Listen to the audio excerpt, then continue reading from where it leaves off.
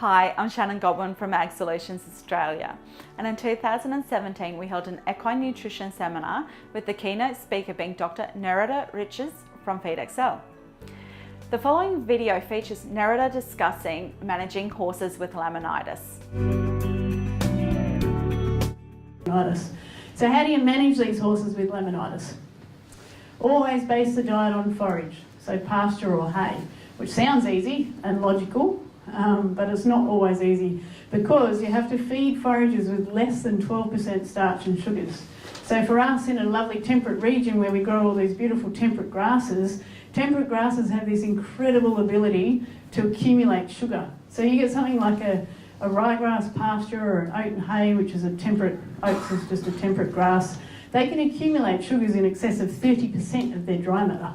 And it's not common to see them consistently low in non-structural carbohydrates. So sourcing a suitable hay is actually really difficult. And I can say with certainty that the only reason I still have my horses is because my dad, who's at the back of the room, grows subtropical grass hay, so Rhodes and digit grass, and it's pretty well consistently below, almost always below 12% sugar and starch, so I can feed that without soaking it. If you can't get low starch and sugar hay, generally you have to soak it, and that's a horrible job. It's time consuming and it's a little bit hit and miss as well. So if you've got an issue and you want to know what's in your hay, you can actually have your hay tested for starch and sugar content. Over in the US it'll cost about $30 US. So if you've got a large amount of hay and you want to know what you're dealing with for a laminitic horse, it's really worth getting it tested. And if you ask any of the AgSolutions guys, Shannon, who's not here tonight, but she can email you all of the details for actually sending a hay sample off to have it tested. So as I said, you can soak hay to remove sugars if you're unsure, and this is a great emergency measure. So if you get caught with a laminitic horse on a weekend and you can't go anywhere to get hay that might be suitable, you can soak hay to get some of the sugar out of it. If grazing is to be provided, only graze in the very early hours of the morning. So many people get this the wrong way around and they'll graze in the late afternoon. But you should only graze in the very early hours of the morning and then have your horses off pasture by 2 hours after sunrise, which is early in summer, not so early at the moment. And I'll explain why, as far as plant physiology goes, why that early grazing in the morning.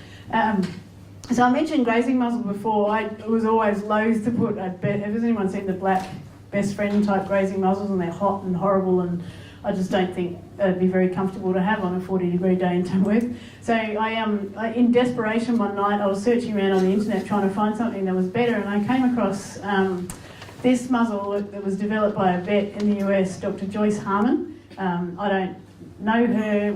I don't have anything to do with her company as such, but I just ordered one online, and it was shipped to me in the mail, and you have to bend them up. They're made partly out of Kevlar, so they're pretty indestructible. One of my horses has bashed it to within an inch of its life, and it's still wooden. It's a little bit scraped because he bangs it on his cement water trough, but it's still intact. But they're just much more open. And they're light colour, so for a horse that you're having issues with in summer, they're a much nicer alternative to the black grazing muzzles that were traditionally available, and they work amazingly well. So I was able to have my horses out all through summer and autumn, and they wore those things nearly 24 hours a day. So they'd come up and I'd give them a small amount of hay and their minerals, and then put them back on and put them back out again, and they managed to just maintain weight instead of getting morbidly obese.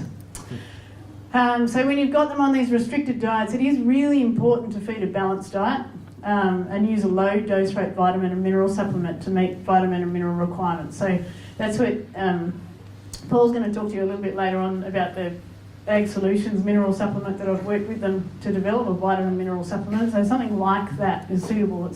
It's not adding calories to the diet, but you're just filling up all those holes that are left in your forage-based diet, so that you can, encourage them to grow hoof and repair the damage in their hoof and keep their immune system strong and stop them from getting so many hoof ulcers and things like that. You may need to feed some high quality protein, so if you've got them on pretty poor quality grass hay, the protein quality is not great, and then it's really difficult for them to grow hoof, which is just protein, when they're not getting great protein quality. And use, when you need it, use low non-structural carbohydrate grain-free feeds where additional calories are required. So some horses, if you've got them in work, and it's very possible to rehab a Laminitic horse back to being in full competition mode.